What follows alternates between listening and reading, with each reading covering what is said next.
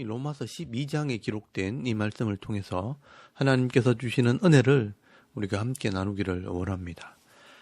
바울은 로마서 12장 말씀부터는 이 구원받은 성도들의 마땅한 삶에 대해서 기록을 하고 있습니다. 이 바울은 로마서 1장에서 8장까지 말씀에 이 죄인들이 어떻게 구원을 받게 되는가, 이 복음에 대한 설명을 하고 9장에서 11장까지 말씀에는 유대인들의 구원에 대해서 말씀을 합니다.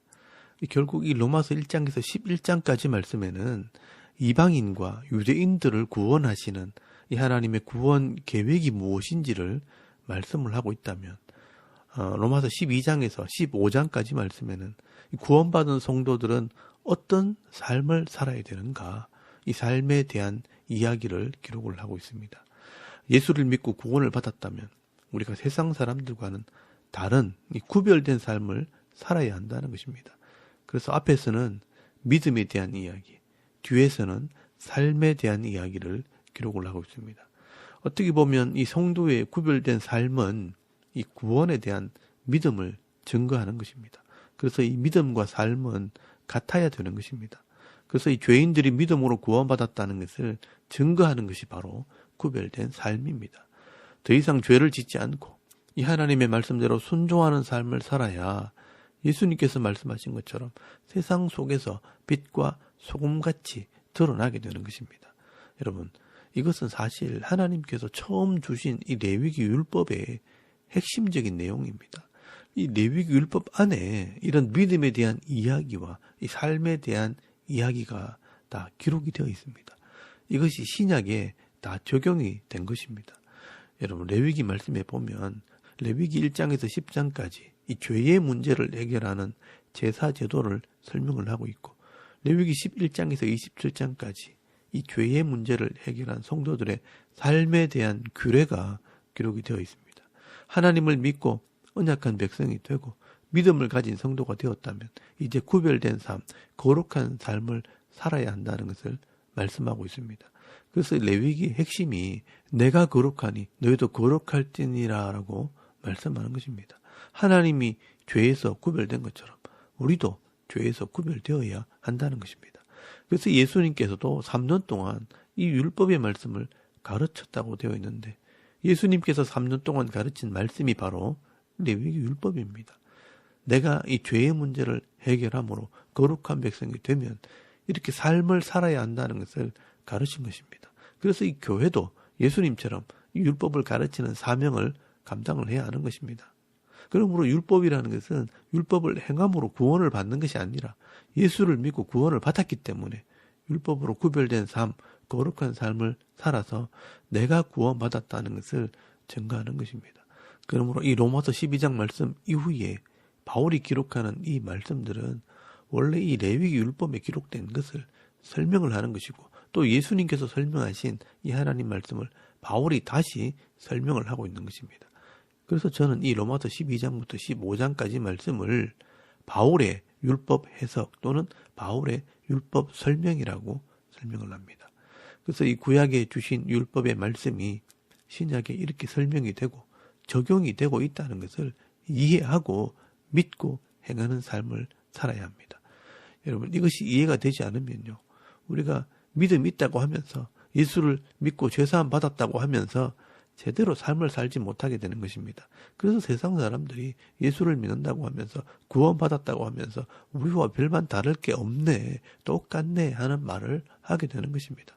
그래서 우리가 예수를 믿는 믿음이 분명하다면 이런 하나님의 말씀, 율법에 대해서도 이해를 하고 이 말씀대로 삶을 살게 될 때 우리의 믿음도 증거가 되어진다는 것을 여러분 기억하실 수 있길 바랍니다.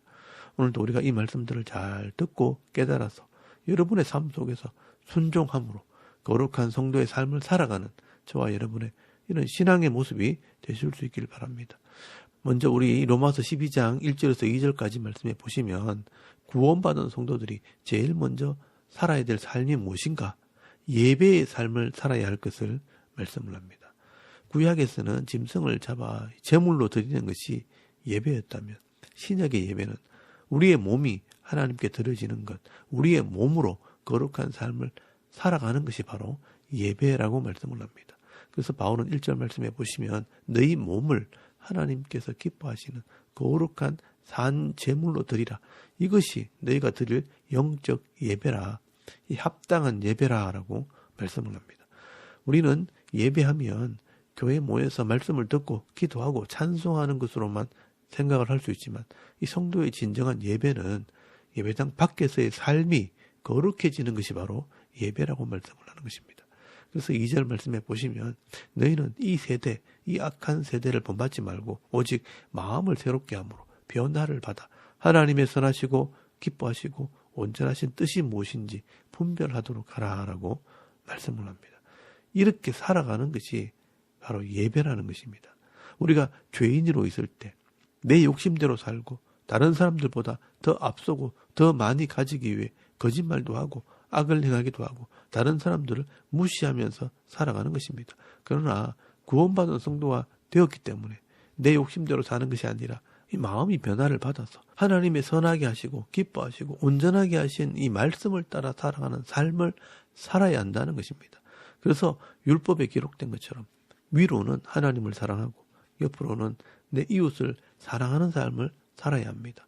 그래서 3절에서 21절까지 말씀에는 이런 하나님의 뜻이 무엇인지를 설명을 하고 있는 것입니다. 크게 두 부분으로 나눠서 설명을 하는데요. 이 첫 번째는 이 교회 공동체 속에서는 어떤 삶을 살아야 하는가 하는 것과 또 이 세상 속에서는 어떤 삶을 살아야 하는가 이 구체적으로 설명을 하고 있습니다. 먼저 이 교회 안에서는 내게 주신 은사를 따라 하나 되어 섬겨야 한다라고 말씀을 합니다. 하나님께서는 이 각 성도들에게 이 필요한 은사를 주시고 재능을 주십니다. 그래서 성도들은요, 내게 주신 이 믿음의 분량을 따라 서로를 존중히 여기면서 서로를 섬김으로 이 교회를 세워나가야 하는 것입니다. 그래서 3절 말씀을 보시면 하나님께서 각 사람에 나누어 주신 이 믿음의 분량대로 지혜롭게 생각하라라고 말씀을 합니다. 한마디로 겸손하라는 것입니다. 그리고 5절 말씀에 보시면 이와 같이 우리 많은 사람이 그리스도 안에서 한 몸이 되어 서로 지체가 되었느니라 라고 말씀을 합니다. 그러므로 이 각 성도가 지체가 되었다면 한 몸이 되도록 서로가 섬겨야 한다는 것입니다. 지난번에 고린도전서 12장 말씀에도 똑같은 말씀이 기록이 되어 있습니다. 눈이 손들어 쓸데없다 할 수 없고 머리가 발들어 너는 쓸데없다 하지 못하는 것처럼 이 몸의 지체끼리 서로 비난하면 안 되는 것입니다. 서로가 서로를 존중히 여기고 내가 해야 할 일들을 감사함으로 믿음으로 잘 섬길 때 교회가 하나 되어지고 온전해지는 것입니다. 그래서 바울은 6절 말씀부터 교회에서 필요한 다양한 은사와 섬기는 마음을 설명을 합니다.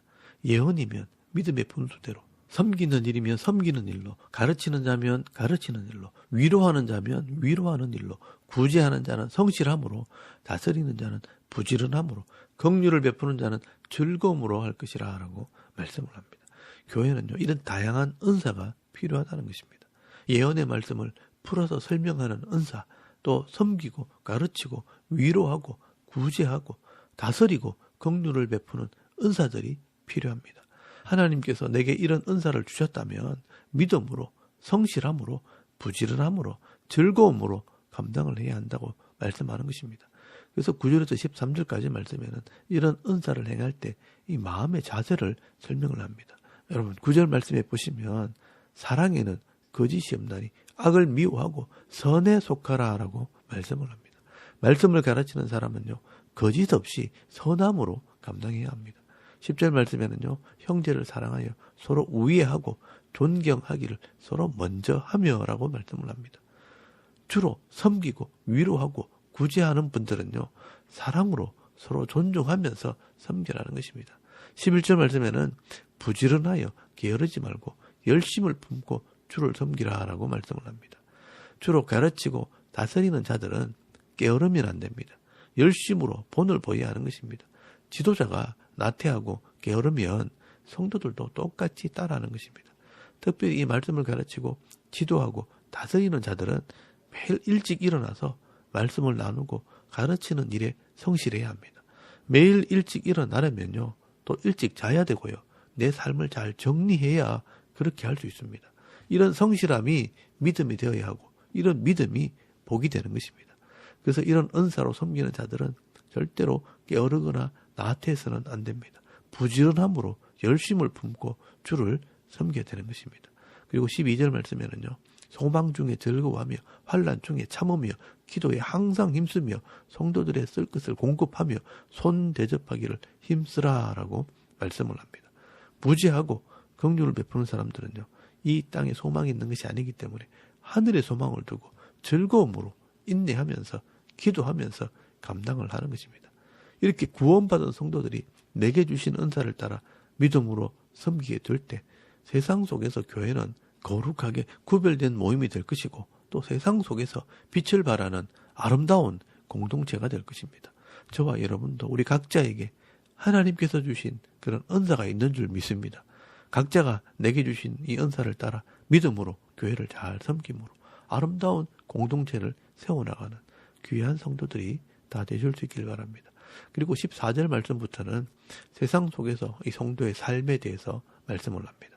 여러분 14절 말씀에 보시면 세상 속에서 박해하는 자, 미워하는 자가 있어도 복을 빌어주고 저주하지 말라라고 말씀을 합니다. 여러분 이 세상 속에 박해하는 자는 이 불신자들을 말합니다. 이런 세상 사람들에게 저주하지 말고 도리어 복을 빌어주라라고 말씀을 합니다. 왜냐하면 이 세상 사람들은 하나님을 알지 못해서 악을 행하는 것이지만 우리는 하나님을 알고 복을 받은 사람이기 때문에 복을 나눠 주어야 이 하나님이 증거가 되는 것입니다. 우리가 세상 사람들처럼 똑같이 악을 행하고 저주를 한다면 우리가 하나님을 믿는 증거가 없는 것입니다. 그리고 이 세상의 고난과 핍박이라는 것도 잠깐이기 때문에 우리가 큰 믿음으로 나를 비난하는 사람들에게 복을 빌어줄 수 있는 그런 믿음 있는 성도들이 되실 수 있길 바랍니다. 그리고 15절에서 17절까지 말씀에는 이웃을 사랑하라는 이 의미에서 화목하라라고 말씀을 합니다. 복잡한 이 세상 속에서 화목하기 위해 우리가 해야 할 이 마음의 자세가 있습니다. 여러분 15절 말씀에는요. 즐거워할 때 함께 즐거워하고 우는 자와 함께 울어주라라고 말씀을 합니다. 또 16절 말씀에는 높은데 마음을 두지 말고 스스로 지혜 있는 체 하지 말라. 겸손하라라고 말씀을 합니다. 또 17절 말씀에는 악을 악으로 갚지 말고 모든 사람 앞에서 선한 일을 도모하라라고 말씀을 합니다. 그래서 18절 말씀에 보시면 할 수 있거든. 너희로서는 모든 사람과 더불어 화목하라, 평화하라라고 말씀을 하는 것입니다. 성도들의 가장 큰 복이 있다면 화평을 누리는 것입니다. 세상 사람들은 욕심이 있기 때문에 자기중심적이고 또 자기가 잘 돼야 하기 때문에 경쟁과 시기와 질투와 다툼과 분쟁이 끊이지 않습니다. 그래서 정치하시는 분들도요. 서로 권력을 가지려고 다투고 비난하고 기업을 경영하는 사람들도 더 많이 벌려고 직원들을 무시하고 또 직원들은 더 많이 가져가려고 데모도 하고 또 장사하시는 분들은 서로 많이 팔려고 경쟁을 하고 다투고 이 한 나라에서 서로가 돕고 양보하면 더 잘 될 텐데 아무도 양보하지 않습니다. 조급함과 욕심이 맞물려 악을 행하고 죄인 줄도 알면서도 돌이키지 않습니다.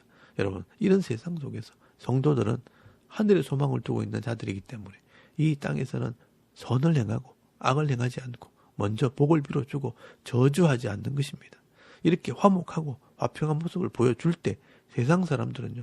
이런 사람들이 다 있네. 예수 믿는 사람들은 다르구나 하면서 감동을 하는 것입니다. 한마디로 거룩한 삶, 구별된 삶을 살 것을 말씀하는 것입니다. 그래서 성도가 복을 받게 되는 겁니다. 그러므로 저와 여러분이 이 구별된 삶, 복 있는 자의 삶을 살아가는 그런 믿음 있는 성도들이 다 되실 수 있길 바랍니다. 네, 그리고 19절에서 21절까지 말씀에는 원수 갚지 말라라고 말씀을 합니다. 왜냐하면 이 죄를 지적하고 재판하고 심판하시는 분은 하나님이시기 때문입니다. 그런데 내가 원수를 정죄하고 심판하고 복수한다는 것은 하나님이 위치에 서는 것이기 때문에 이 복수는 하나님께 맡기라고 말씀하는 것입니다. 그래서 19절 말씀에 보시면 내 사랑하는 자들아 너희가 친히 원수를 갚지 말고 하나님의 진노하심에 맡기라. 기록되었으되 원수 갚는 것은 내게 있으니 내가 갚으리라고 주께서 말씀하시니라 라고 말씀을 합니다.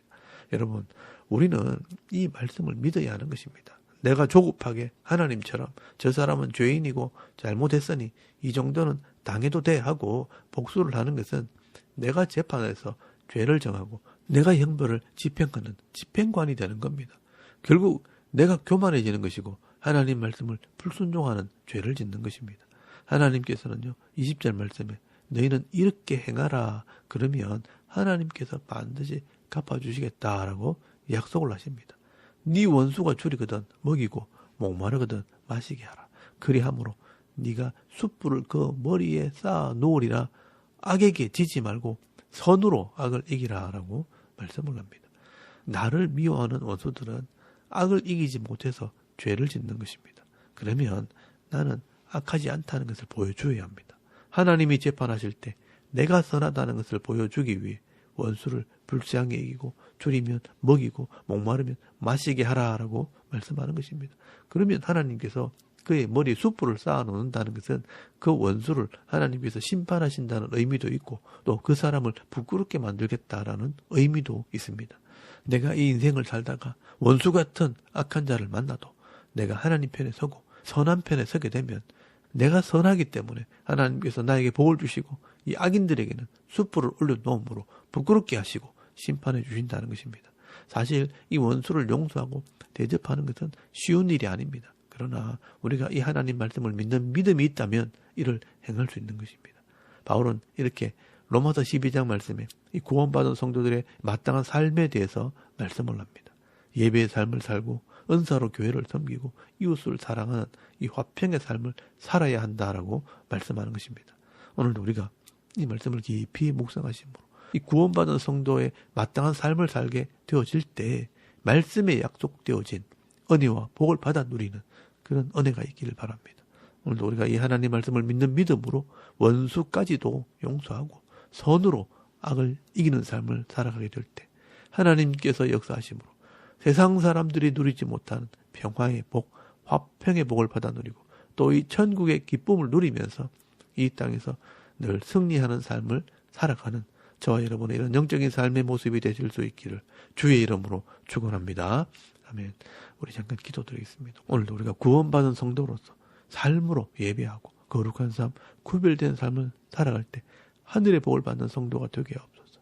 이 나라와 민족을 위해 섬기는 교회와 가정을 위해서 또 개인의 사명과 또 기도 제목을 따라 기도하고 오늘 하루 삶을 또 시작할 수 있길 바랍니다. 다 같이 우리 하나님께 한번 기도드리겠습니다. 살아계신 하나님, 오늘 참 감사합니다. 오늘 이 아침에 우리 하나님을 예배하게 하시고